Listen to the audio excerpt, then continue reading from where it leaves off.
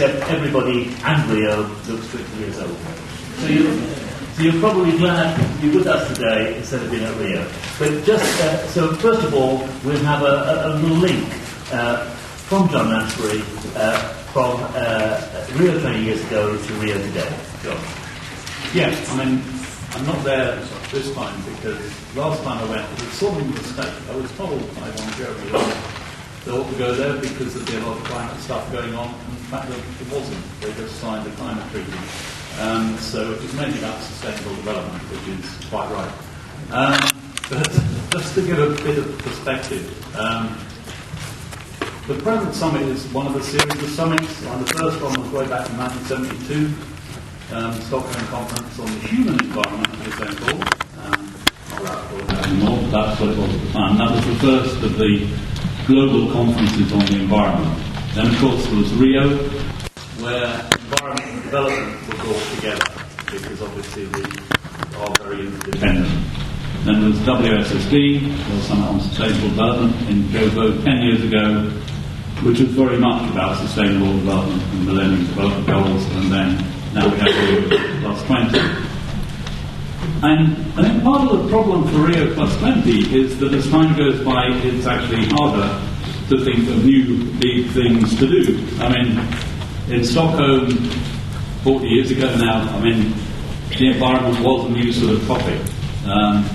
But now, all these problems have been recognised, if not solved. Anyway, Rio was huge. And it was terribly well organised, the original meeting. It was run by two people, Maurice Strong from Canada, Ole Goldenberg, who was then Minister of Science and Minister of Environment for Brazil. And there was a long preparatory process. It was a couple of years in total. They were meant to come up with 4 treaties: a treaty on climate change, a treaty on biological diversity, a treaty to combat desertification, and a forest treaty. The Forest Treaty bombed for a variety of reasons, but we did end up with 3 treaties out of the first Rio. And we also ended up with a huge text called Agenda 21, the Agenda for the 21st Century on Sustainable Development. So there was a great deal of hope at the time, and a lot of new things on the table. This time round, things have moved on, so there aren't any really big new ideas out there. It's working further on sustainable development, which is a good idea. I think the recession has not helped. The main thing on the agenda, really, from my perspective anyway, is the green growth agenda, but there's not total agreement on how that should go, in the same way as there was a considerable amount of agreement on sustainable development and the need for it at the time of the original Rio. So I guess people are waiting for me to say something like, am I optimistic? And I sort of am, but that's because if you've been doing this stuff for 20 years, you have to be a bit of an optimist, really, otherwise you shoot yourself. But I would warn people not to look for miracles out of this Rio Plus 20. Hope for them, yes, but don't bank on it. John, thank you very much indeed. Just to say that some speakers may sit down, some may stand up, depending on what people feel comfortable doing, but we've all promised to speak into the microphones because that's much easier for people who have more difficulty hearing. Next, I'll read a few words from Phil Thornhill. Phil, as you know, is the coordinator of the campaign against climate change and really the moving force behind today's conference. Phil. Okay, I'm looking for a microphone. I think that's the one there. Yeah. Yeah? Is that okay? No, the other one. The other one? This one? Yeah, that's I can't get to that. Give us, yeah, that's great. How's that? Is that okay? Great. Okay, I'll hold that. Okay, well, you might have seen that the strap line for this conference is Rio to Rio, 20 wasted years. And I'm just going to expand on that, basically. And I'm going to expand on what you would have seen if you'd had our conference leaflet or you've seen it on the web. There's a few facts and figures we've put together about 20 wasted years since the last Rio. So we're talking not about initiatives, not about plans or promises. We're talking about what's actually happened to the global environment, and I think that's actually what we need to judge it by. So you'll see, for instance, that we've lost around 30 million hectares of Brazilian rainforest.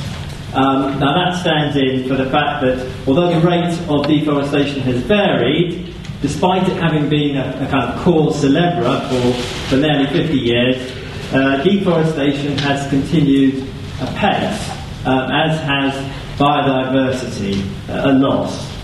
And one could say quite a lot more about desertification, pollution, habitat loss, other forms of visible degradation of the environment under pressure from the ever-increasing levels of global consumption. And you could probably say more about how these are already beginning to impinge on actual livelihoods, especially of the poorest. But what I'm going to concentrate on is that, in my view anyway, in many ways, it's the invisible impacts of human activities that are the more scary. And what do I mean by that? Well, you'll see again from our leaflet that we've emitted around, and here are some rather, I'm going to bombard you with figures now, so you'll have to bear with me, around 430 billion tonnes of CO2 since 1992 that we've added to the atmosphere, and of course it stays there, it just accumulates. The annual rate of CO2 emissions has increased from around 21 to 30 billion tonnes of CO2, so that's nearly half as much again. The rate at which we're putting that stuff up there is half as much again. Well, Rio was, supposed to start reducing that kind of thing. And as a result, the atmospheric concentration of CO2 has increased by about 35 parts per million. So that means it's risen from 355 ppm to 390 pm, approximately, ppm, and you're thinking the natural or the pre-industrial level was about 280. So that's about 30% of the increased concentrations of CO2 in the atmosphere has happened in the last 20 years. So that's the scale of our failure since Rio 1992, as I would see it. And consequence, again, upon that, the average global temperature has risen by about 0.38 degrees. So that's just under half of the total temperature rise that we've seen, of about 0.8 degrees, perhaps it's a bit more by now, has happened since Rio. So that's the reality of what's happened since Rio. And that figure, you have to bear in mind, for those of you that don't have it in your mind, that the total difference between now and the depth of the ice ages, when there was a mile of ice above London or whatever, was only 5 degrees. So, that's a lot more significant than it sounds. I want to look at it in another way. According to, for instance, David Spratt of Climate Code Red, and you can get other estimates in the same area, total available budget of CO2, the amount that we can emit up until 2050 and retain a reasonable chance of keeping the total increase in temperature below 2 degrees centigrade, you know the magic 2 degrees, which is widely regarded as the upper limit to avoid catastrophic climate change as far as we can go.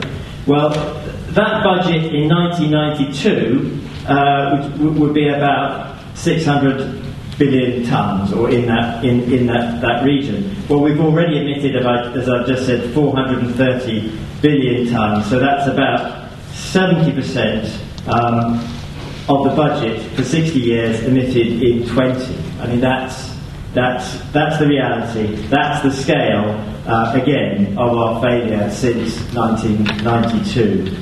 And I won't even broach the question of whether 2 degrees really is a safe limit and the potential shortcut to catastrophe via tipping points and so on. Zach Goldsmith apparently thinks we've been paying too much attention to reducing carbon emissions, resulting in our taking our eye off other problems. But what I've just described as paying too much attention, I don't like to think what paying any less attention would look like. The fact is that increased emissions are not visible and their impact is delayed, but that makes them all the more insidious and deadly. It's fantastically tempting, but a fool's paradise, to ignore them just because for a few more years we can. In due course, climate change will feed into all the visible forms of environmental degradation, desertification, the desiccation, burning and loss of forests, the loss of biodiversity, and so on, and into all the associated negative impacts on humanity, water stress, food security, and so on, some of the things we've already been discussing today, till ultimately it will become the overriding factor in all those things. It's the insidious snowballing of the climate change time bomb, if that's not mixing metaphors, that really highlights how serious, how fatally irreversible is the loss, the waste of the 20 years since 1992, and how much harder we've made it to dig ourselves out of this ever deeper hole we're digging for ourselves. Later on today, David Wadsell and Peter Challoner will elucidate further the true scale of the climate emergency in a workshop after lunch. And after that, the Arctic Methane Emergency Workshop will look at what may well be the most imminent climate tipping point, when things really begin to accelerate visibly out of control.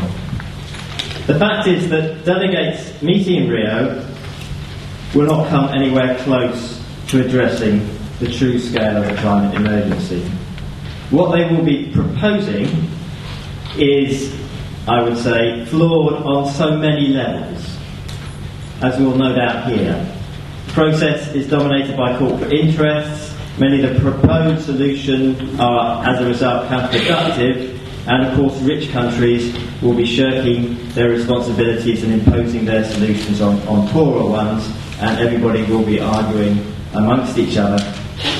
But in the final analysis, I would argue, the most fundamental problem is simply that they will be way, way out of touch with the magnitude of what we're up against. Thanks. Bill, thank you very much indeed.